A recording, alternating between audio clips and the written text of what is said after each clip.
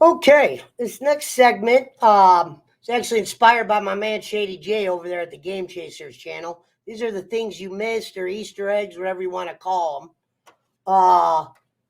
Some people from the PWO brain department helped me with this. Some of them I found myself. Some of them were from just recently watching clips. For instance, when Silver was announced, if you type up like, best of Silver moments from his old movie, he's got a lot of great lines. Guy's always had great lines for a movie that's not even R.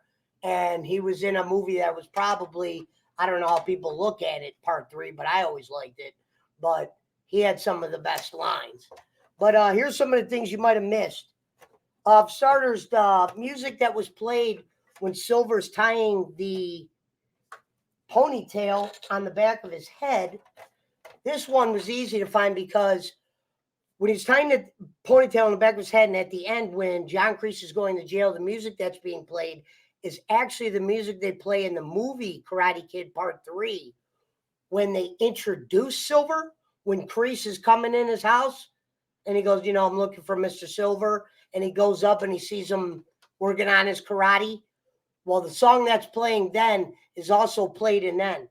From watching John Kreese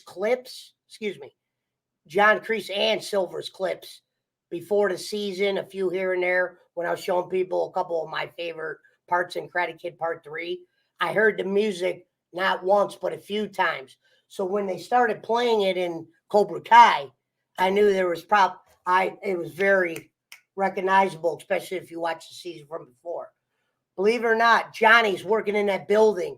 It says Weber, really giant.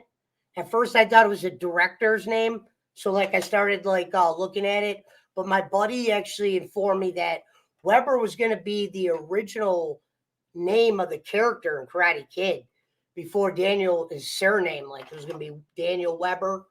And when Daniel was casted, Ralph Macchio, excuse me, and he had the Italian descent, they decided to go with LaRusso. I didn't even know LaRusso was a big time Italian name, but that's what they said. So, also,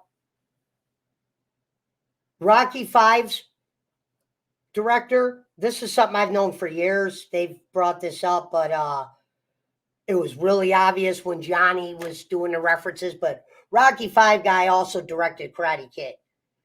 And you hear Johnny tributing. I don't know if it's called tributing or whatever, but there's Rocky references everywhere from him and Miguel.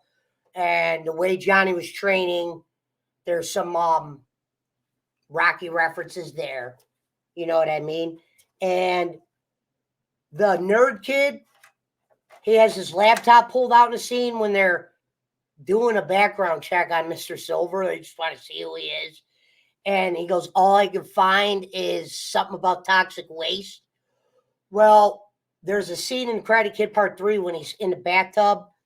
Epic scene. You can find him, and all these different people make little short clips. It's in there. One of the things he's got a little secretary there.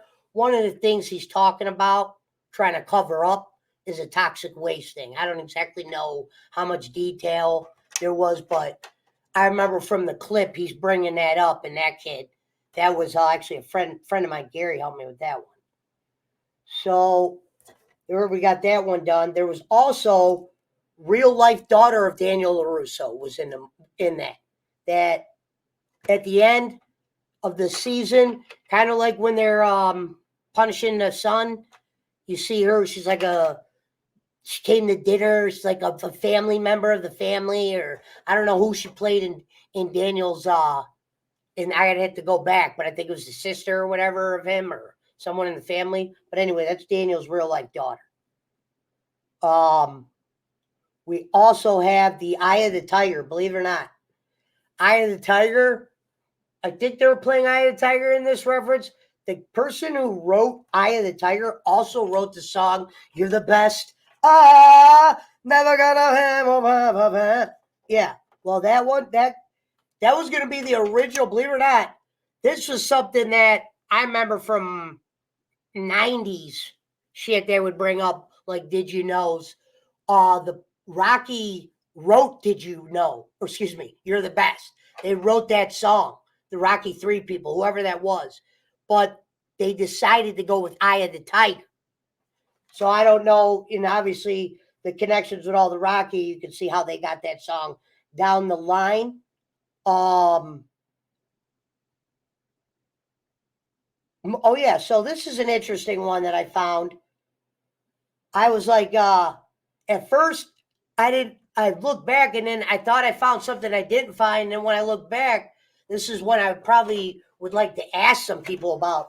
So I remember and it was kind of in the boring scenes too, though, of this last season, but I guess it was the reason why they were talking about it is they're trying to do their little stupid Easter eggs. But Miguel watched Top for some weird reason. I don't even know why they brought it up, but Miguel watched Top Gun with Daniel's son. And Johnny was kind of, saying he don't like Top Gun, this, blah, blah, blah. And I remember from watching a prior season before a new season start, he's watching a plane movie. At the time, I thought that was Top Gun. I wasn't even paying attention. So I thought, oh, wasn't Johnny watching Top Gun? Is he lying about liking Top Gun or whatnot?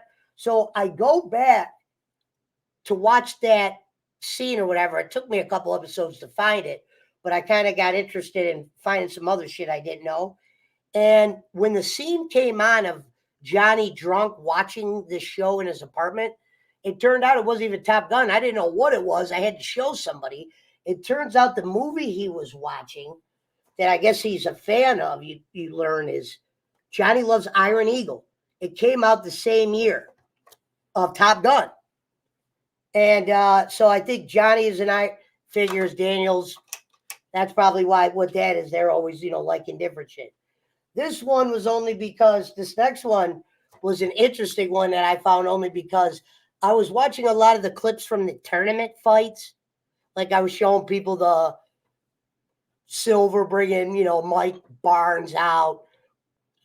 I never really was the greatest fan of the scene from part 2 fight scene. But in part 1, Johnny is running to his coach or whatever or something. He's coming out. I don't know if it's in the beginning, but I remember I'll have to pull up the scene. But someone screams at Johnny and calls him a cream puff. And it sounds like awkward, almost like an add-in. Now, this is in the 80s movie or whatever, but it was really loud. Obviously, they wanted the people watching to see it. Well, Johnny actually calls Miguel a cream puff in this one. He didn't want Daniel's defense to turn him into a cream puff. That was the exact thing. Now, this one, I had to do a little homework on because I didn't know what I was seeing. I just thought maybe they did it because it's a good book or something. But Silver's reading a book called Leviathan. When I paused it and saw Leviathan, at first I was like, yeah, I figures he'd read it. Now, it's a very famous book, but I remember reading it in prison. That was the only reason why it caught my eye. But I was like, I wonder if they're just doing that because it's a good book. Like if they were doing a kid's movie, they'd have green eggs and ham open or whatever. Now, when I saw that Leviathan, I didn't know what was going to happen to Kreese at the end. If you learn about the book Leviathan, obviously it's much more about what I'm about to say now, but it's kind of strategically a war kind of book. It shows how people took over things or an individual. You'd have to go back and do it, but it kind of is foreshadowing. That book foreshadows what he did to Kreese at the end. You know what I mean? That's without a doubt. Because when you think about it, if you look back, I'm like, when he's reading this book, I'm thinking he's like putting it with Cobra Kai, but when you look at what he did to Kreese, yeah, that's a connection right there.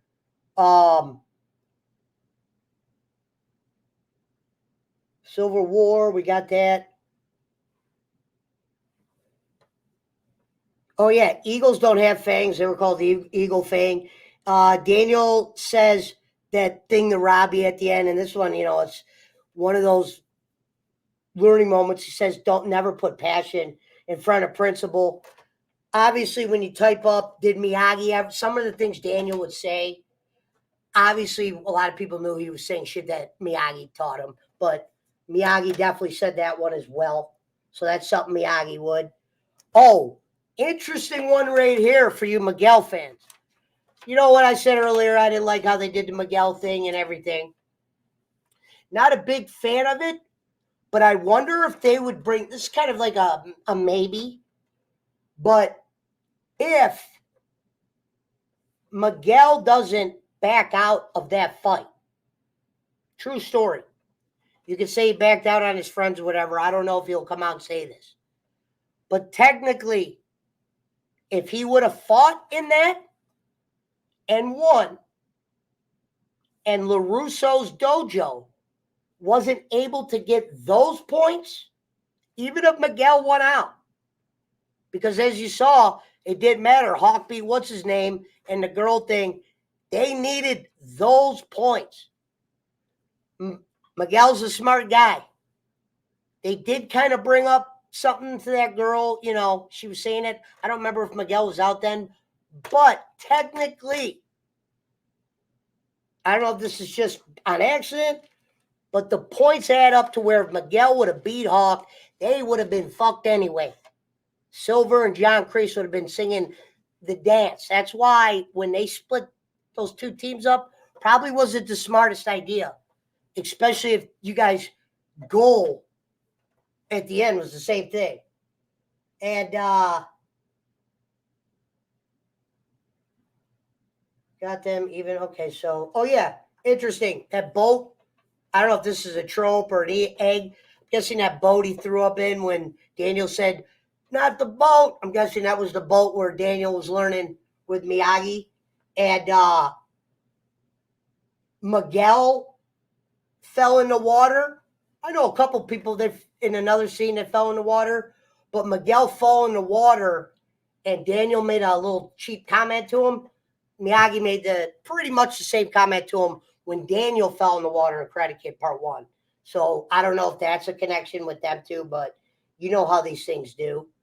And this one, actually, a buddy told me about the wine bottle that, what's his name, did that little sweep kick, Silver, when he was like starting to feel it again. Does he still have it? The original Karate Kid guy.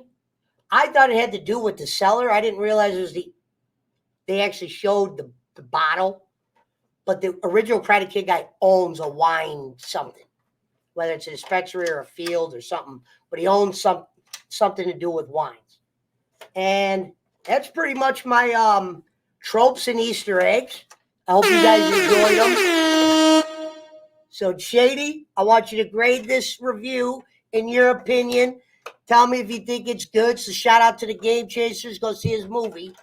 And you can go hard on this. You know what I mean?